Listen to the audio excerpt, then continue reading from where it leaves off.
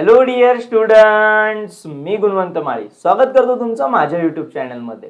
So students, कसे आहात सगळे? मजेत ना? आणि हो, बोर्ड प्रिपरेशन सुरू केलंय का? नाही? अरे बापरे, अरे बोर्ड प्रिपरेशन जर सुरू केलं नसेल ना तर टेन्शन घेऊ नका. तुमच्यासाठी प्रत्येक चॅप्टरचे जे इम्पॉर्टंट पॉइंट्स आहेत मी ते तुमच्यासाठी घेऊन आलोय, आणि ते पण अगदी शॉर्ट वेने, पटकन लक्षात राहणारे, रिवाइज होणारे असे हे टॉपिक्स असणार आहे.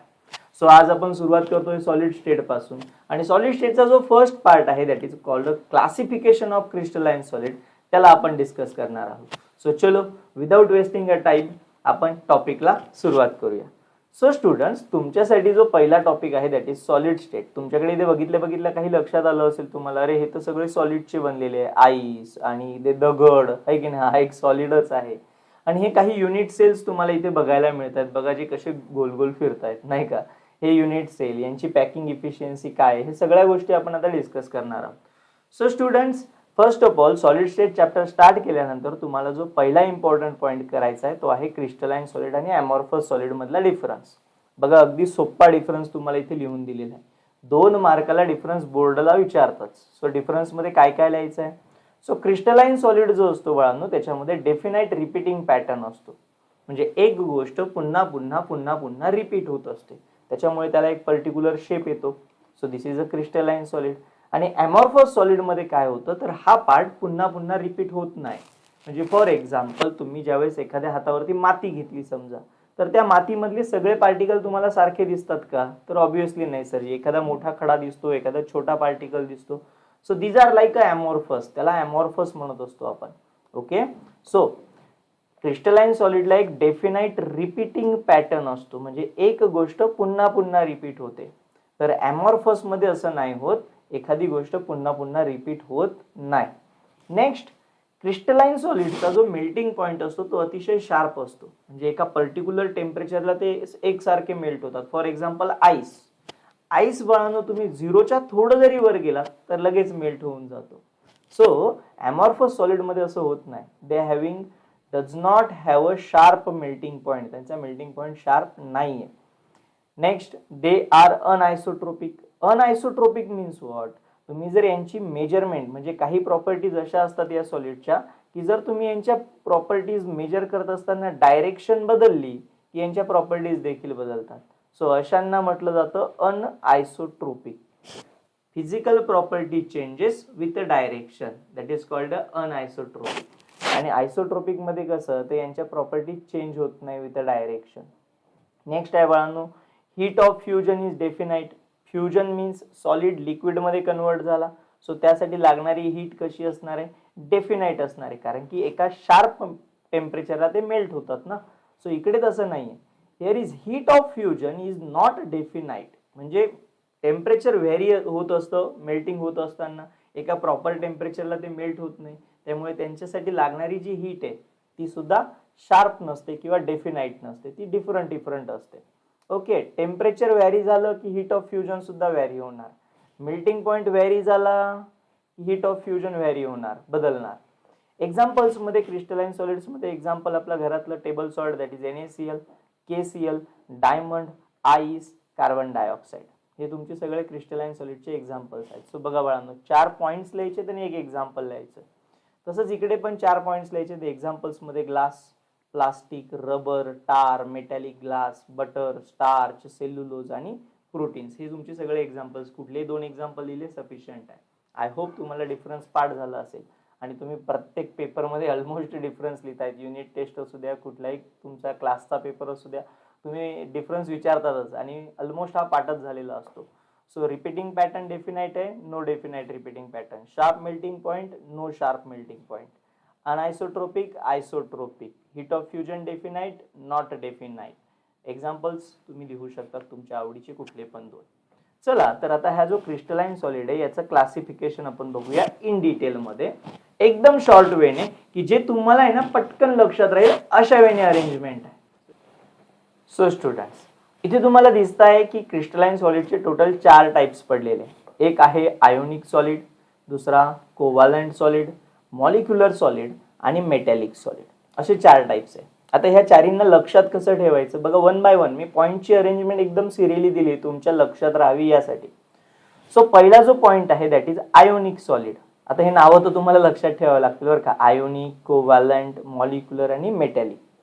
ओके, सो यांना लक्षात ठेवल्यानंतर तुम्हाला फक्त पॉइंट्स काय काय बघायचे आहेत बघा. तर आयोनिक सॉलिड मध्ये रिपीट होणारा पार्ट कोणता, तर आयन्स. ओके, कोव्हॅलंट मध्ये रिपीट होणारा पार्ट काय, तर ऍटम. मॉलिक्यूल मध्ये रिपीट होणारा पार्ट काय, मॉलिक्युलर सॉलिड मध्ये, तर मॉलिक्यूल. तर मेटॅलिक सॉलिड मध्ये रिपीट होणारा पार्ट काय, तर मेटॅलिक ऍटम किंवा मेटल ऍटम्स.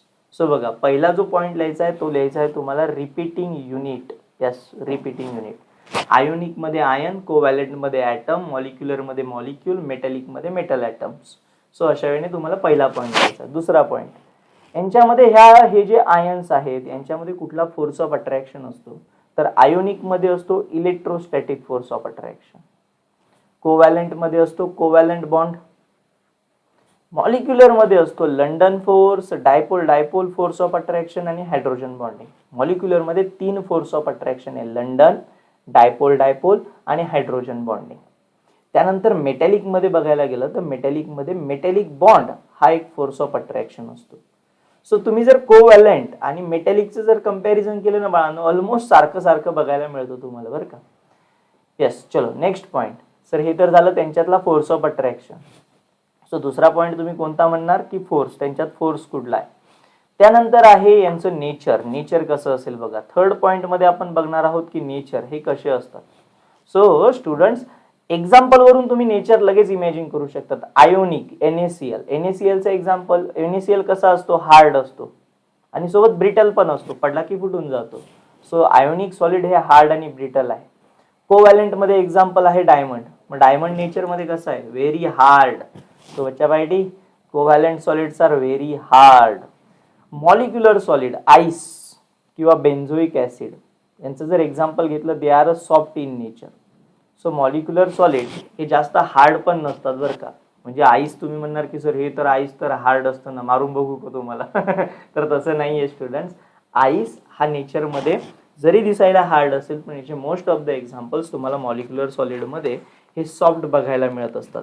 सो आणि तुमच्या टेक्स्टबुकमध्ये जरी तुम्ही क्लासिफिकेशन बघितलं तर तुमच्या लक्षात येईल की तिथे असंच सांगितलं, मेन्शन केलं आहे की दे आर सॉफ्ट इन नेचर. त्यानंतर आहे मेटॅलिक सॉलिड. मेटॅलिक सॉलिड हे नेचरमध्ये कसे असतात, तर काही मेटल्स नेचरमध्ये सॉफ्ट असतात तर काही मेटल्स नेचरमध्ये हार्ड असतात. सो सॉफ्ट मेटलमध्ये ऑलमोस्ट मर्क्युरी, झिंक यांचं एक्झाम्पल येत असतं नाही का. हे नेचरमध्ये कसे आहेत रे स्टुडंट्स, तर सॉफ्ट असणार आहे. त्यानंतर नेक्स्ट एक्झाम्पल असणार आहे, नेक्स्ट पॉइंट जो आहे ते कंडक्टर कसे आहे. Yes, they are a conductor. Conductor कसे असणार आहे. यस, मग आता हीट आणि इलेक्ट्रिसिटीचा जर विचार केला तर ते नेचरमध्ये कंडक्टिव्हिटी करतात की नाही ते बघायचं आपल्याला बघा. तर आयोनिक सॉलिडमध्ये they are a conductor of electricity at a molten state. म्हणजे जनरली ते सॉलिड स्टेटला इलेक्ट्रिसिटी कंडक्ट करत नाही, बट त्याच्या वेळेस मोल्टन स्टेटला जातात म्हणजे त्यांचं लिक्विड होतं तर इलेक्ट्रिसिटी कंडक्ट करतात. म्हणजे मिठातून इलेक्ट्रिसिटी पास केली तर होणार नाही, पण मिठाला लिक्विडमध्ये कन्वर्ट केलं तर तो इलेक्ट्रिसिटी पास करेल. त्यानंतर आहे covalent. Covalent diamond, very poor conductor of heat and electricity. Electricity heat conduct नाही करत. Molecular, poor conductor of heat and electricity. Metallic solid, good conductor of heat and electricity. Metal आहे, heat and electricity conduct करणारच. So students, हे झाले तुमचं classification. अतिशय simple classification आहे. 4 point जरी लक्षात ठेवले ना तरी पूर्ण 2 मार्क्स मिळणार आहे. ओके, पहिला रिपीटिंग युनिट, आयोनिक मध्ये आयन फोर्स, आयोनिक मध्ये आयन, कोव्हॅलंट मध्ये ऍटम, मॉलिक्यूल मध्ये मॉलिक्यूल आणि मेटॅलिक मध्ये metallic atom. Force of attractions, ions मध्ये असतो electrostatic force of attraction. Yes, covalent मध्ये असतो कोव्हॅलंट बॉन्ड, मेटॅलिक मध्ये असतो मेटॅलिक बॉन्ड, तर मॉलिक्यूल मध्ये असतो London, dipole and hydrogen bond. Nature कसं आहे, ionic solid hard and brittle आहे, कोव्हॅलंट सॉलिड व्हेरी हार्ड, त्याच्यानंतर मॉलिक्युलर सॉलिड सॉफ्ट, तर metallic solid soft and hard असणार आहे. कंडक्टर मध्ये विचार करायचा झाला तर conductor of electricity at a molten state, म्हणजे इझिली इलेक्ट्रिसिटी कंडक्ट करत नाही पण मोल्टनला कंडक्ट करतील. They are poor conductor covalents. त्यानंतर मॉलिक्युलर सुद्धा poor conductor, but metallic solids are a good conductor of heat and electricity. आणि एक्झाम्पल्स तर तुमच्या समोर आहे, तुम्हाला आवडतील ते एक्झाम्पल्स तुम्ही लर्न करू शकता. तिथे आईस आहे, बेन्झोइक ऍसिड आहे, sodium, magnesium, copper, gold. So these are the examples.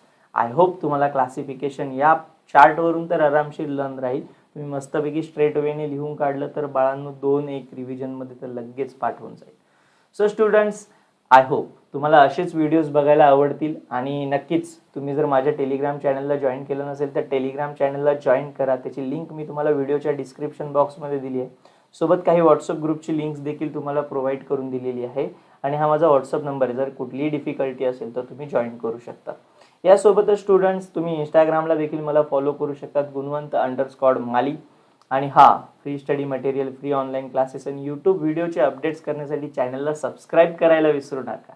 Yes, आणि चॅनलला सबस्क्राईब केलं असेलच तर फ्रेंडसोबत शेअर करायला विसरू नका, कारण की प्रत्येकाला आपलं बोर्ड प्रिय आहे आणि बोर्डाला मार्क येणं खूप अपेक्षित आहे. सो भेटूया बच्चा पार्टी आपण नेक्स्ट सेशनला. तोपर्यंत नेक्स्ट व्हिडिओमध्ये दॅट इज आपण नंबर ऑफ ॲटम्सवरती व्हिडिओ देणार आहोत. सो तोपर्यंत टाटा बाय बाय, काळजी घ्या, अभ्यास